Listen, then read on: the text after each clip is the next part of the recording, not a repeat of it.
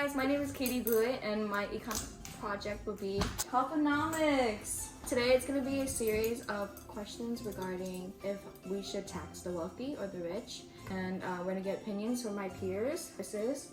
I'm Aaron. Lily. I'm Luke. We're going to be talking about that while also eating different levels of spice for fire noodles. Budok, samyang, fire noodles. So as the questions rise and get harder, the spicier the noodles will get, and we're going to see our answers and if our brain works. So let's get started. So excited. First noodles.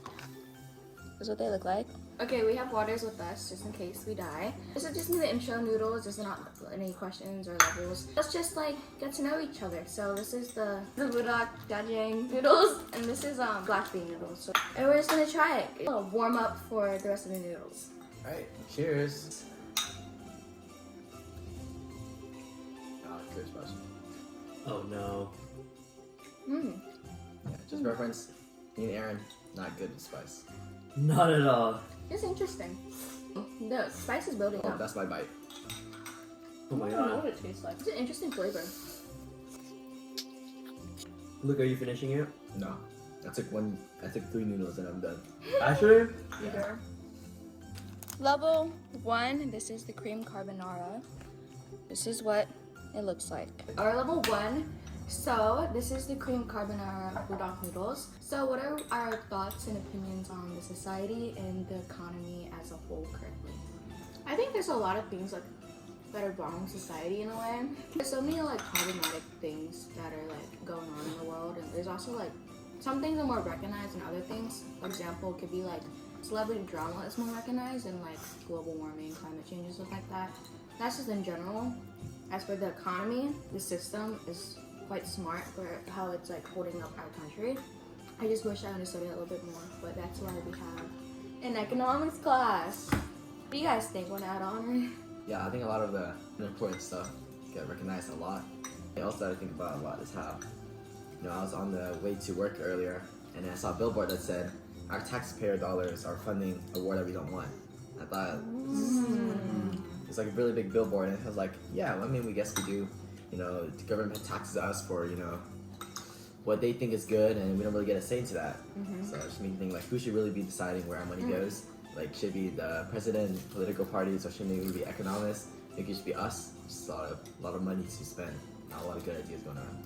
Taxes also eat up a lot of like our income. I was doing the extra credit project last night, and I was like, why do I have no money when I have such a good job? No. It's because like the taxes, and I'm like, this isn't even really like going towards me like that much. Like I know it is in like a way, like it'll get back to me, but like most of it, I don't know, like some of it at least, like it's not gonna go towards something that I want.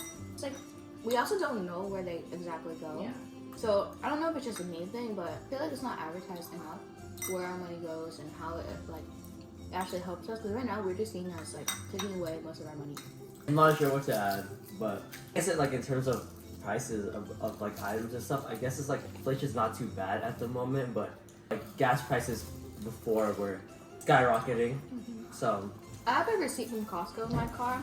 Like I keep it like on the side of my door so I can keep track of when the last time I filled up gas was. Just that. Yeah. And at the beginning of November, it was like $40-something, and I had like a quarter left. The other week, I filled up. It was like 35, and I filled up way more. And I was like, wait, how does this work? I realized the gas prices went down like a couple cents, and I didn't realize how much like it could have actually. Maybe 2 months ago, I was paying like $6 a gallon for gas, but recently it's about $4. And then in my head, I'm thinking like, wow, everything is so much cheaper now. But that's actually not true because gas, he taught us this a little bit a while, but gas is one of those prices that, since it has no competition, the price of gas fluctuates a lot, and that doesn't really like reflect the state of the market, right? So like because gas went down $2 since 2 months ago doesn't mean everything else like kind of decreased in price as well. Gas is one of those goods that just like, fluctuates a lot in price because no competition. Yeah. This is level 2. This is the carbonara one. That's what it looks like. Can't wait to dig in. Okay, so stage 2. But basically we're just going to be talking about the backgrounds on different types of wealthy because there's actually a couple different types of wealthy. And I feel like that's not covered enough in the main type that we will be covering throughout the whole podcast. There are 4 types of wealthiness. The affluent individuals that have a net worth of like 100K to 1 million. You would think that's like wealthy, but there's way more. There's the high net worth individuals that have a net worth of 1 million to 5 million. Very high net worth individuals, these are not very creative names, of 5 million to 30 million dollars, and ultra high net worth individuals with over 30 million dollars. I know, but you don't even get all that money because most of it goes to taxes. Those are different types of wealthiness. So for example, actors like Dwayne Johnson, he has like a salary or a net worth of $800 million, so he is a part of the ultra high net worth individuals. So what are you guys' thoughts on this? Cool. I mean, I think my parents are in the high net worth individual because, you know, our house is worth $1 million something and we already paid it off, so that's in the 1 million area. You know, like a car and investments probably puts us pretty comfortably in that area. But of course, you know, that's not, we're not living off $1 million day to day. That's part of our assets, our home that I can't really use. You know, I can't really use my house to pay for things. So that's why, like, you see, like Dwayne "The Rock" Johnson with like 85 billion, but he probably doesn't have super amount in his checkings account. So that just shows how like net worth can be a lot of different things. You know, not really how much you have on you. So building off of that though, dude, that is true. Like in terms of Elon Musk, most of his money in terms of his net worth is like in all his Tesla stock that he owns. But I think in terms of like liquid cash, I believe it was like Putin or something that has the most, or some prince, I don't know. But it's for sure not Elon Musk. This is what our smoothie bowl is looking like. Yummy. Might need a bigger bowl. Level 3 is the original Samyang bulldog original flavors. This is what it looks like before being split up. So I can't do this. Oh my god.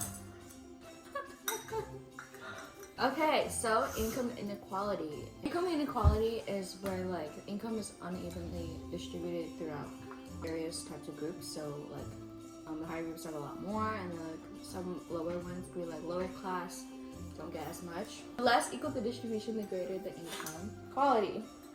Income inequality is like it goes hand in hand with wealth inequality. Even distribution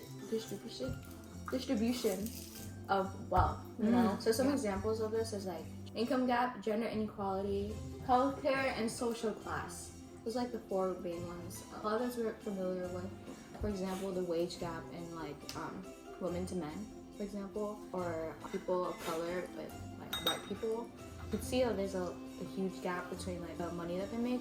But recently, as like times change, it's been getting better, less of a gap.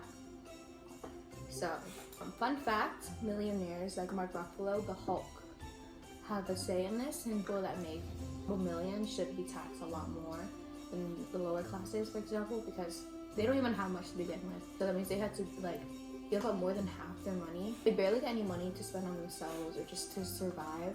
They just have to pay taxes off all their assets and all that, because that's the world that we live in. It's like a lot of money. So like people are barely getting off. That's why like a lot of homeless, even though the unemployment rate has been dropping, which is a good thing. Still some things that we need to fix.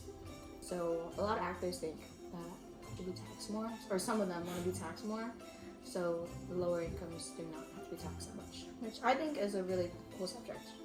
I think that is a good idea, but like, how would you measure the level of wealth in the first place? Like, do you guys think that net worth is a good way to see how rich someone is? Because like, a lot of people, they could have more liquid cash, or they could have all of their cash in assets. What do you guys think about that? Yeah, so right now, I think for incomes, you know, we're on a tax bracket, which means like the more you make on a certain amount of money, he talked about this a little bit, Steve talked about this a little bit.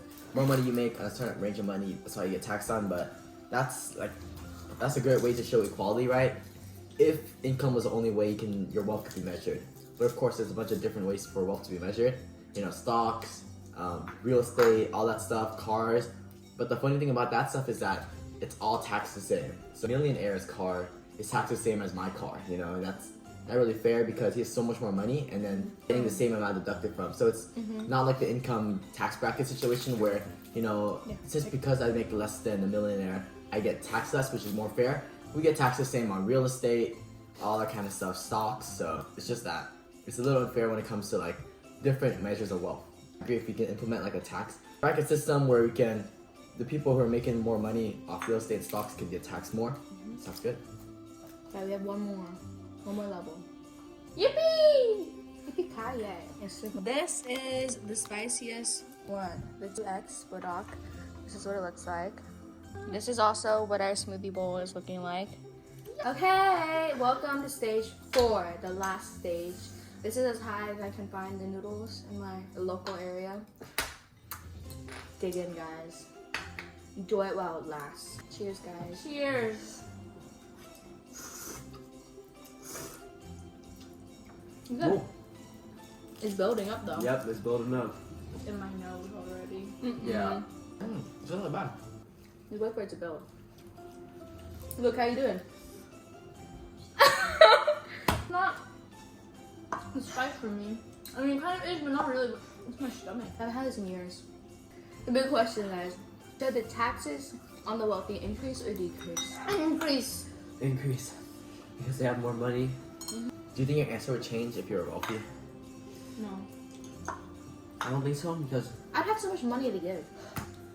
the wealthier you get, the more easy it is to make more money. So, with that being said, it should make sense for the wealthy to be taxed on It's a going in higher my eyes. bracket. I agree.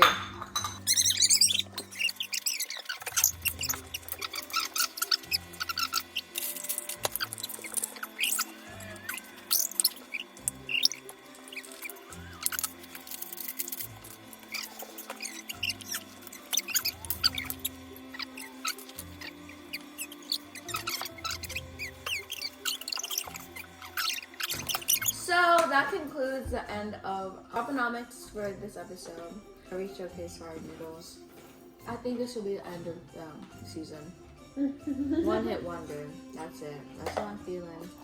So in conclusion, we do think the taxes on the ultra high rich and the wealthy should increase because What? it's because income inequality, you know, it's not fair. There are all the tax brackets and the classes and all that. If we're all being like treated the same in a way, the higher up should be taxed more. You know? Yeah. You know what I was saying? Tax the rich. Tax the rich. Tax the rich.